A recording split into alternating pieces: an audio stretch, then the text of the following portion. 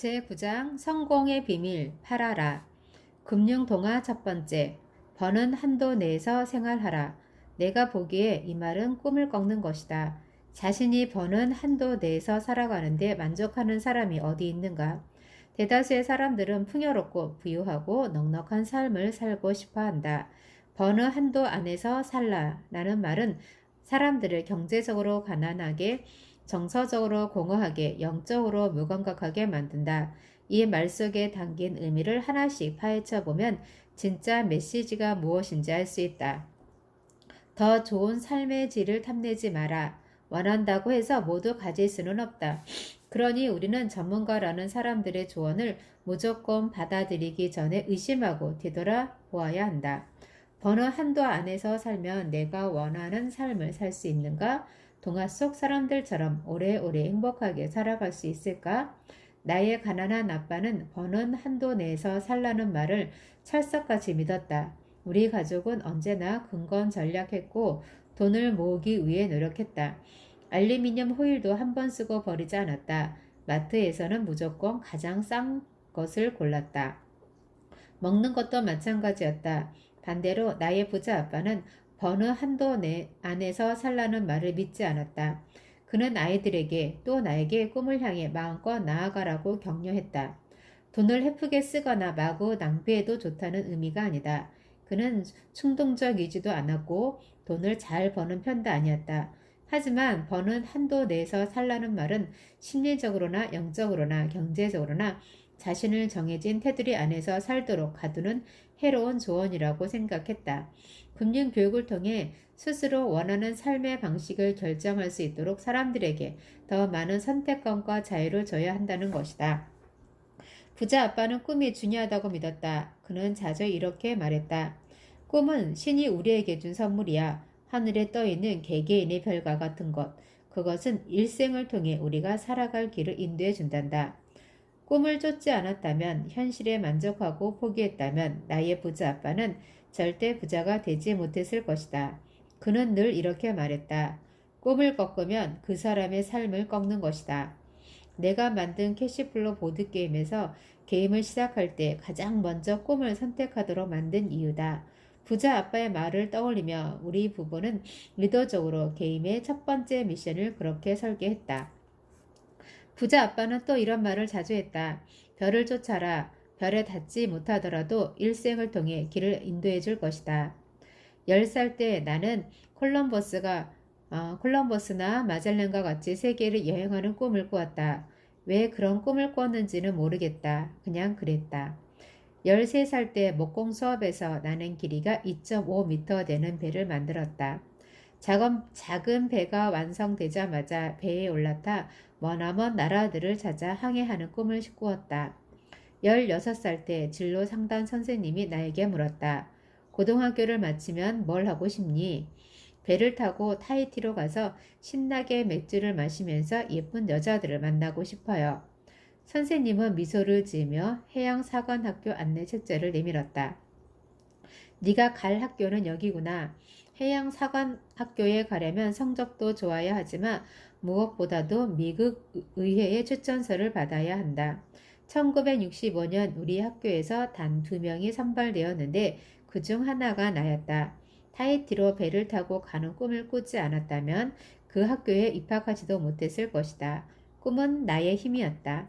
1968년 나는 해양사관학교의 학생이 되어 스탠더드 오일의 유조선을 타고 타히티로 항해했다. 유조선의 뱃머리가 수정같이 깨끗한 바다를 부드럽게 치며 지구상에서 가장 아름다운 섬을 향해 나아가는 동안 나는 너무나 기뻐서 어쩔 줄을 몰랐다. 사이로 나는 유조선을 타고 다시 하와이로 향했다. 어린 시절 꿈을 이뤘다는 생각에 너무나 행복했다. 이제 나는 새로운 꿈으로 나아갈 수 있었다. 부자 아빠는 버는 한도 안에서 만족하며 생활하기보다는 끊임없이 삶의 경계를 밀어붙이도록 격려했다. 나는 돈이 부족할 때도 좋은 차를 타고 아름다운 해변에 자리 잡은 콘도에서 살았다. 부자 아빠는 절대로 가난한 사람처럼 생각하고 말하고 행동하지 말라고 가난한 모습으로 다니지 말라고 이야기했다. 그는 끊임없이 이렇게 말했다. 내가 나를 대하는 대로 상대방대로 세상은 나를 대한다. 내가 돈에 개의치 않는다는 뜻이 아니다. 수준 높은 삶을 살고 싶어 하는 나의 욕심은 돈이 없을 때도 호화로운 삶을 유지하기 위한 방법을 찾도록 나를 계속 격려했다. 내 안에 있는 가난한 마음을 물리침으로써 부자처럼 생각하는 훈련을 계속한 것이다. 부자 아빠는 종종 이렇게 말했다. 돈이 없을 때는 머리를 써라. 내 마음속에 있는 가난한 사람에게 절대 굴복해서는 안 된다. 나는 머리를 써서 내가 원하는 것을 얻었다. 메르세데스 컨버터블을 타기 위해 컨설팅 일을 시작했으며 하와이의 아름다운 해변에 자리 잡은 콘도에서 살기 위해 집주인의 마케팅 일을 대신했다. 그들을 위해 일해주는 대가로 나는 그들이 소유한 다이아몬드 헤드에서 가장 아름다운 해안가에 위치한 콘도를 매달 $300만 내고 살 수 있었다. 하룻밤 숙박비 정도만 내고 무려 한 달을 산 것이다. 버는 한도 내에서 초라하게 살기보다는 나의 지식을 이용해 우아하게 살 수 있는 길을 찾아낸 것이다. 지금도 나는 이런 방식으로 사업을 한다. 내가 갖고 싶은 것을 살 만한 돈이 없으면 나의 머리를 이용해 그것을 얻는 방법을 찾아낸다. 은행 계좌의 잔고는 결코 내 삶의 한계가 되지 못한다. 재정 설계사들이 버는 한도 안에서 살라고 말할 때는 숨은 의도가 있다. 그들이 말하고자 하는 것은 이런 것이다. 나는 당신보다 똑똑하다. 살아가는 법을 가르쳐 주겠다. 먼저 당신이 가진 돈을 내게 줘라. 내가 대신 관리해 주겠다. 수백만 명이 순한 양처럼 그 조언을 따랐다. 허리띠를 졸라매 살아가면서 자신의 돈을 금융 전문가라고 하는 사람들에게 퍼주는 것이다. 금융 전문가들은 그 돈을 월스트리트에 퍼준다. 부자 아빠는 전문가라는 사람들에게 돈을 주지 말고 돈 사업 투자를 공부해서 직접 전문가가 되라고 말했다. 버는 한도 안에서 사는 것이 어떤 사람에게는 좋은 조언이 될 수도 있겠지만 나에게는 그렇지 않다. 왜 풍요롭고 안락한 삶을 눈앞에 두고 내가 가진 돈만으로 살아야 하는가? 삶을 바꾸고 싶다면 말부터 바꿔라. 꿈을 꾸는 사람의 말을 하라. 실패하고 두려워하는 사람의 말이 아니라 자신이 되고 싶어하는 사람처럼 말하라. 저주보다 축복의 말을 하라. 문제가 아닌 기회로, 장애가 아닌 도전으로 세상을 바라보라. 게임에서 졌을 때가 아니라 이겼을 때, 겁낼 때가 아니라 용기를 낼 때 자신의 모습을 떠올리고 그런 눈으로 지금의 위기를 바라보라. 힘든 일을 두려워하지 마라. 그런 어려움은 승자와 패자를 구분해주는 분기점이다. 어려움이 다가오면 기꺼이 도전하라. 챔피언으로 올라서기 위한 또 하나의 훈련장이라 생각하고 투쟁하라. 자신이 버는 돈에 만족하지 마라. 꿈은 크게 꾸되 작게 시작하라. 작은 발걸음으로 시작하라. 영리하면서도 강교하게 금융 지식을 갖추고 계획을 세우고 코치를 찾고 자신의 꿈을 향해 나아가라. 부자 아빠는 어릴 적 부루마블을 하면서 자신의 꿈을 개인판에서 찾았다. 멋진 삶을 꿈꾸며 가난에서 벗어나기 위한 구체적인 실행 계획을 세웠다. 작은 별장 하나로 시작했지만 그의 꿈은 와이키키 해변의 거대한 호텔이었다. 그 꿈은 마침내 20년 만에 실현되었다. 부자 아빠의 멘토링과 코치를 받은 덕분에 나는 꿈을 향해 뛰기 시작한 지 10년 만에 경제적 자유라는 꿈을 실현했다. 물론 쉽지는 않았다. 많은 실패를 경험했다. 남들에게 좋은 말보다는 비난을 더 많이 들었다. 중간에 돈을 모두 날리고 처음부터 다시 시작한 적도 있다. 이 과정에서 많은 사람을 만났다. 좋은 사람들도 있었지만 아주 나쁜 사람들도 많았다. 그들에게서 나는 학교에서 가르치지 않고 책에서도 배울 수 없는 지혜를 얻었다. 내가 걸어온 길은 사실 돈을 모으기 위한 과정이라기보다 나라는 사람이 되어가는 과정이었다. 나는 돈이 있고 없음이 내 삶의 경계를 결정하지 못하는 진정한 부자가 되었다. 금융동화 두 번째, 좋은 학교를 나와 안정적인 직장을 잡아라. 가난한 아빠는 직업의 안정성을 중시했다. 좋은 학교와 학력은 필수였다. 반대로 부자 아빠는 경제적 자유를 중시했다. 그가 금융교육을 그토록 중요하게 생각한 이유다. 부자 아빠는 이렇게 이야기했다. 안정적인 삶을 최우선으로 여기는 사람들은 감옥에 가야 한다.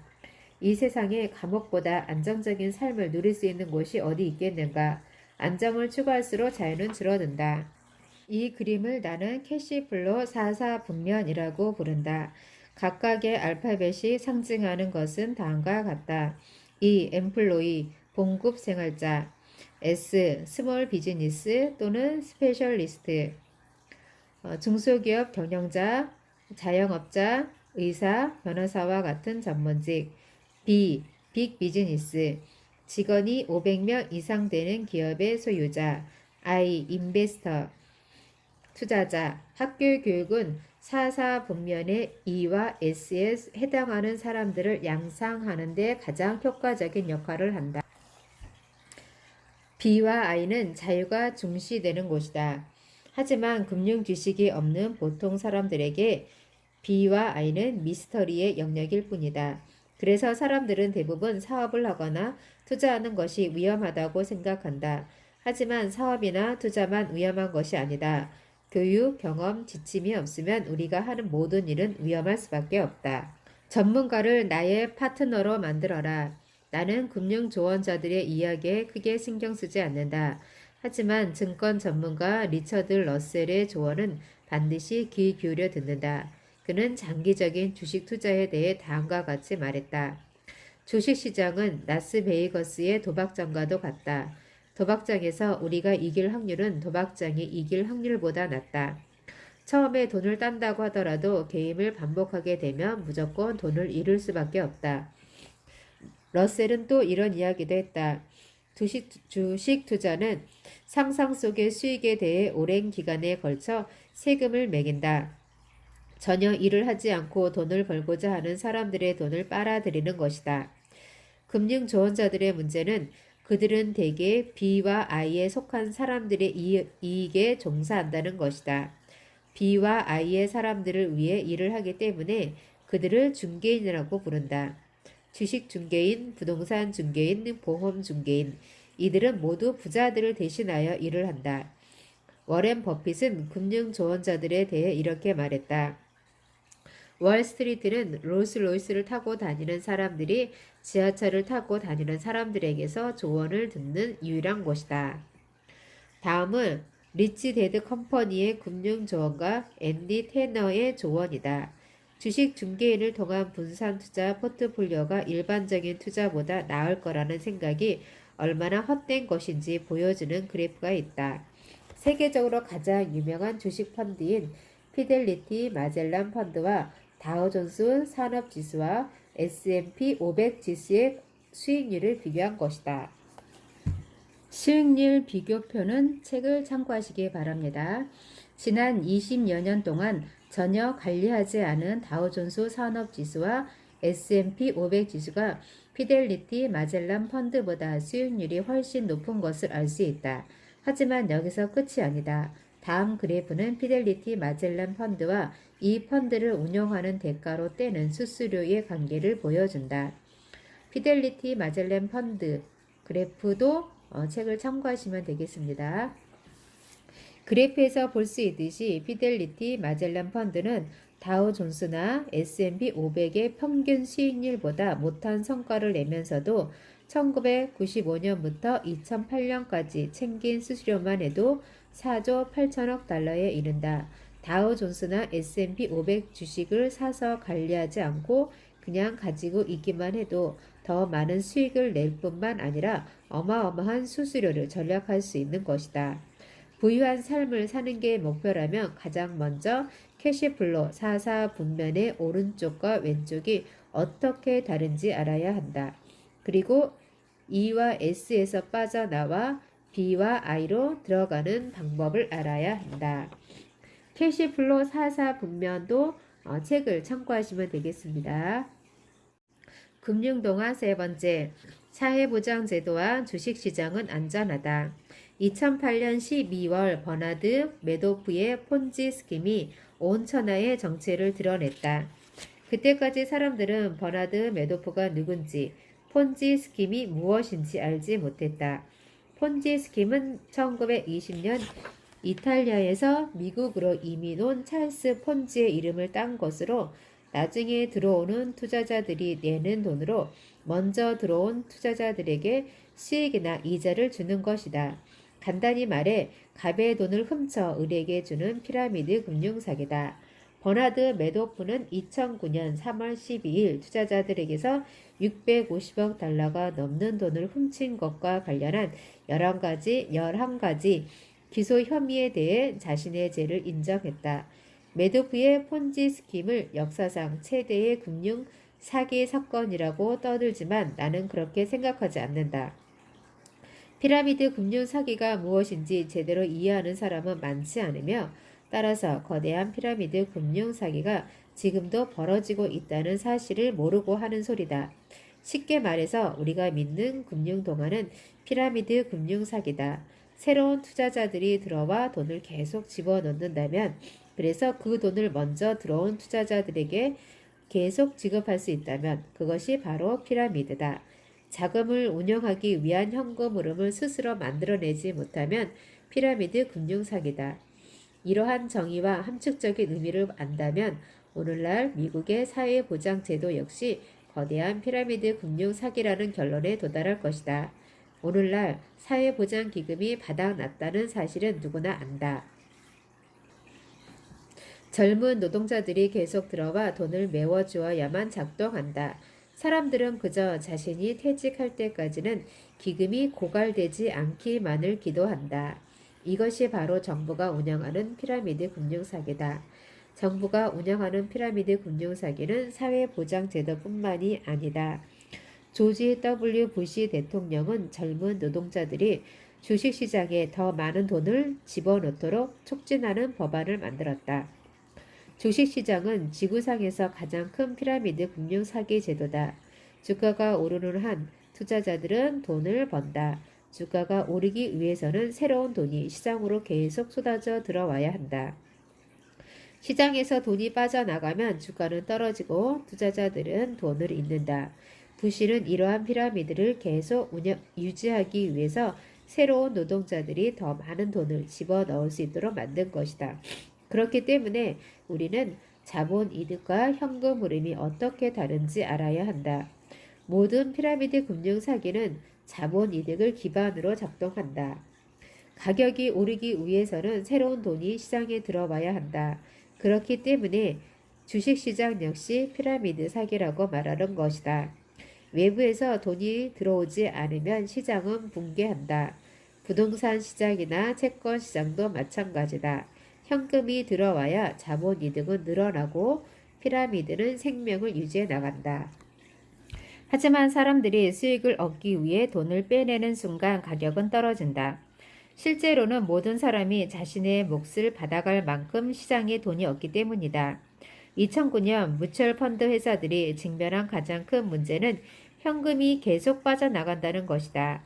뮤추얼 펀드 회사들은 떠나가는 투자자들에게 돌려줄 돈을 마련하기 위해 골치를 썩고 있다. 이제는 많은 사람들이 뮤추얼 펀드가 합법적인 피라미드 금융 사기라는 사실을 알고 있다.